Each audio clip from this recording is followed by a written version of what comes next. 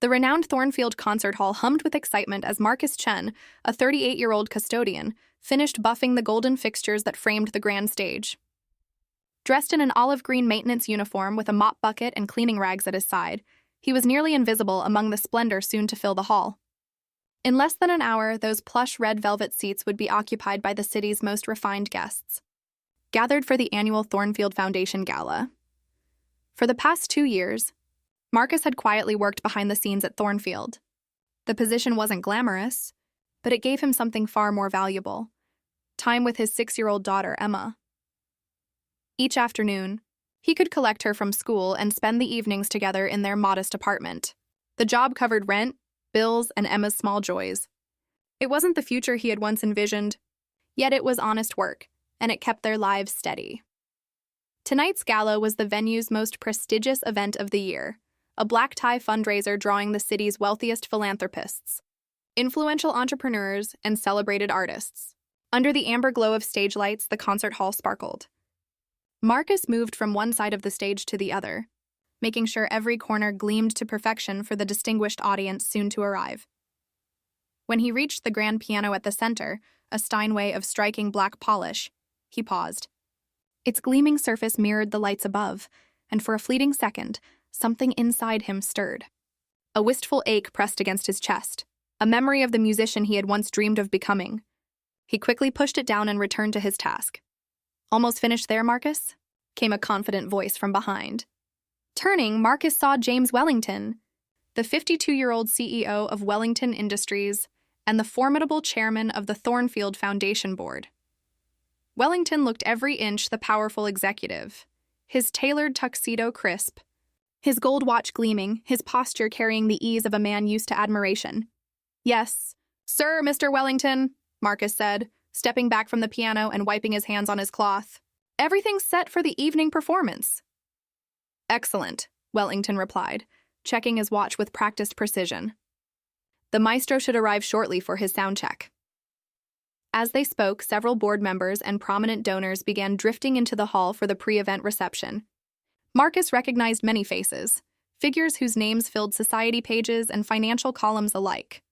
There were magnates, artists, and patrons of the arts, their voices blending into a polite hum that echoed off the marble walls. Wellington glanced toward Marcus again, his tone light but curious. "You know, Marcus," he said, gesturing toward the piano with a faint smile, "I've always wondered if any of our staff hide a touch of musical genius. Do you play at all?" Marcus felt his cheeks warm. "A little, sir. Nothing worth mentioning." Wellington's eyebrows arched in mild surprise. "Is that so? What sort of music can you play?" Before Marcus could answer, Wellington turned away, addressing the elegantly dressed guests now gathering across the stage. His deep, commanding voice carried effortlessly through the acoustically flawless hall. "Ladies and gentlemen," he called out. Wellington's voice rose above the hum of polite conversation, carrying a note of amusement. "Ladies and gentlemen," he announced, "it seems our diligent custodian Marcus here claims to have a bit of piano talent. How about we enjoy a little impromptu performance before the evening's main event?" A wave of laughter and intrigued murmurs swept through the elegantly dressed audience. Marcus's pulse quickened, a cold weight forming in his stomach. He instantly understood the tone of Wellington's proposal. It wasn't an invitation born of respect, but rather a spectacle for amusement, a diversion to entertain the elite before the true performance began. "Mr. Wellington," Marcus said softly, keeping his voice composed, "I don't believe that would be suitable. I'm here to work, not to perform." "Nonsense," Wellington replied with theatrical cheer, clearly delighted by his own idea. "This is a gala, my friend. Everyone contributes to the festivities. Besides," he added, gesturing toward the piano with exaggerated flair, "how often do we get to hear one of our maintenance staff play a $2 million instrument?" The crowd chuckled in approval, phones already being raised to record what they expected would be a charmingly awkward moment, a janitor fumbling through classical music for the amusement of Thornfield's wealthy benefactors. Marcus scanned the rows of glittering faces. Their smiles weren't kind.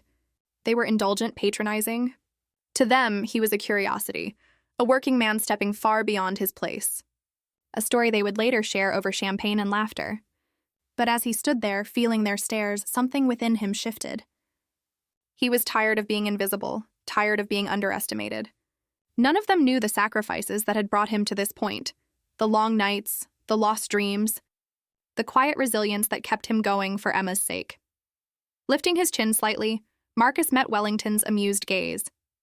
"Very well," he said, his voice steady despite the thunder of his heartbeat. "What would you like me to play?" Wellington smiled broadly, clearly entertained. "Oh, surprise us, Marcus. Play whatever you think will impress this distinguished crowd." Marcus nodded once and stepped toward the piano, still clutching the soft cleaning cloth in one hand. With deliberate care, he placed it beside the bench before sitting down. His movements were precise, instinctive, habits honed long ago when music had been his world. Adjusting the seat to the perfect height, he rested his hands above the keys, his fingers hovering with familiarity and quiet purpose. For a heartbeat, he let himself remember. The man he had been before responsibility replaced ambition, before life demanded that he trade his dream for stability.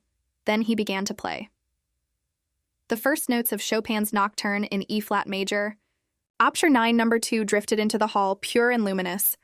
The melody shimmered through the air, erasing the laughter that had filled the room moments earlier. Conversation ceased. The entire hall seemed to hold its breath. Marcus's fingers glided across the keys with effortless grace, coaxing tenderness and emotion from every note. Years of discipline and buried passion flowed through his touch, each phrase rendered with precision and soul. The once dismissive expressions in the audience softened, replaced by astonishment, and then reverence. This was no mere custodian fumbling at a piano. This was an artist, a master of his craft, reviving one of the most exquisite pieces in the classical canon with depth. Emotion and undeniable skill. Marcus forgot the crowd. Forgot Wellington, forgot the phones capturing his every move. For the first time in years, he felt whole again, lost in the music that had always been his truest voice. For the first time that evening, the audience saw Marcus not as the man in the green uniform, but as the person he truly was beneath it, a gifted classical pianist who had once stood on the edge of a promising career. Years ago, he had traded applause for security, leaving behind the stage to give his daughter a stable life after losing his wife in a tragic car crash 4 years earlier. Wellington stood motionless, his gaze fixed on Marcus's hands as they moved fluidly over the keys.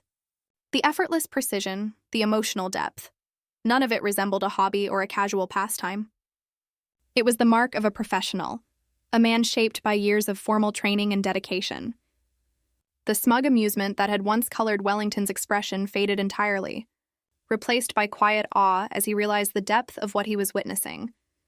When Marcus played the final note of the Nocturne, the music seemed to hang in the air, shimmering before dissolving into perfect silence. For several long seconds, no one dared to move. It was as if the audience collectively feared that even a whisper might shatter the fragile magic left behind by his performance. Then Wellington began to clap. Slow, deliberate, sincere. The sound broke the spell, and soon the hall erupted into thunderous applause.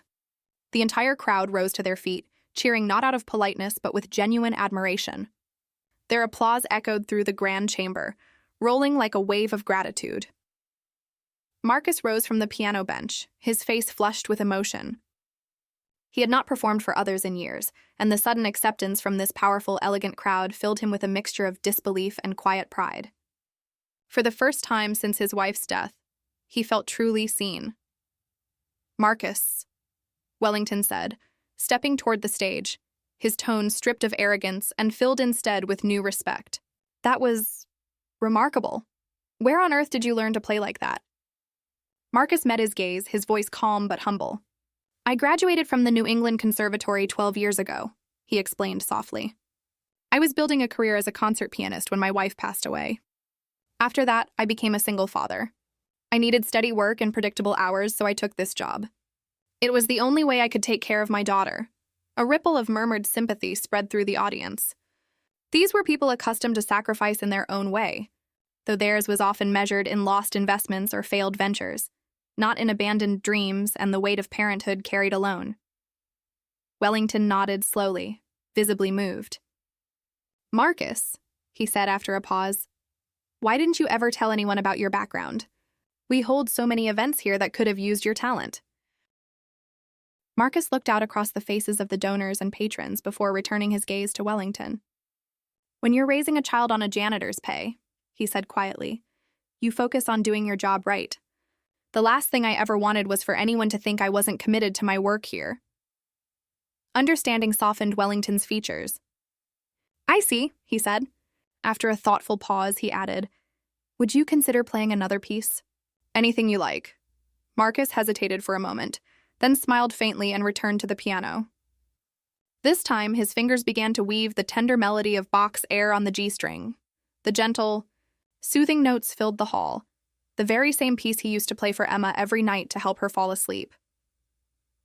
As the familiar lullaby drifted through the room, Marcus felt as though he was playing not just for the audience, but for his daughter, and for the memory of the life they had built together out of love, loss, and quiet strength. As the tender, wistful notes of Bach's Air on the G-string floated through the hall, Marcus's thoughts wandered to Emma. She was likely next door with their kind neighbor, Mrs. Patterson, probably finishing her homework or watching cartoons, waiting for her father to come home and tell her about his night. Each phrase of the melody seemed to breathe emotion into the air, stirring something raw and intimate in everyone who listened. Even Wellington, so often composed and self-assured, felt the music pierce through his practiced calm.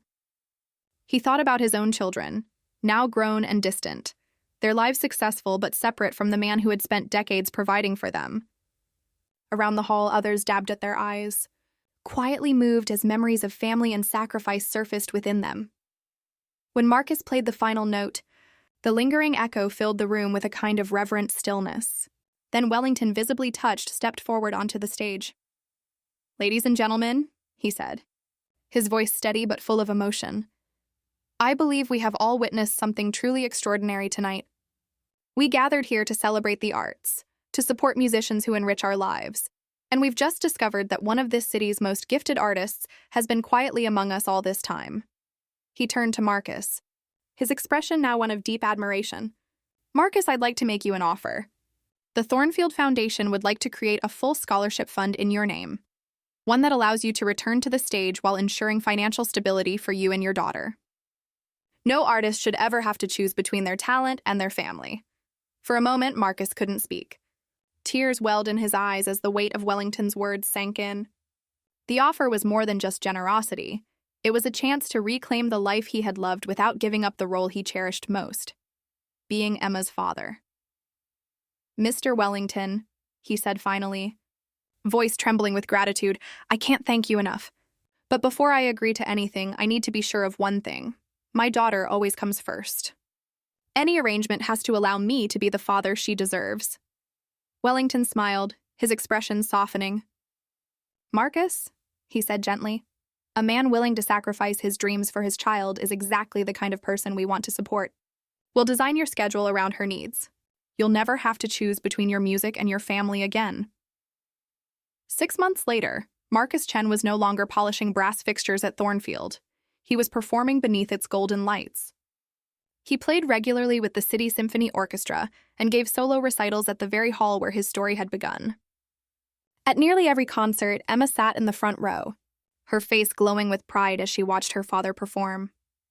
The green uniform had been replaced by a tuxedo, but Marcus never forgot that pivotal night, the moment he learned that true worth isn't measured by occupation or wealth, but by love, sacrifice, and the courage to stay authentic. In his office, Wellington kept a framed photograph from that evening, Marcus at the piano, still dressed in his work clothes, lost in music. It served as a daily reminder that greatness often hides in plain sight, waiting for someone to see beyond appearances. And little Emma, now 7, told everyone she met that her daddy was the best pianist in the whole wide world. Not because he played for grand audiences or in glittering halls, but because he had once given up everything for her, and somehow found a way to follow his dream without ever letting her go.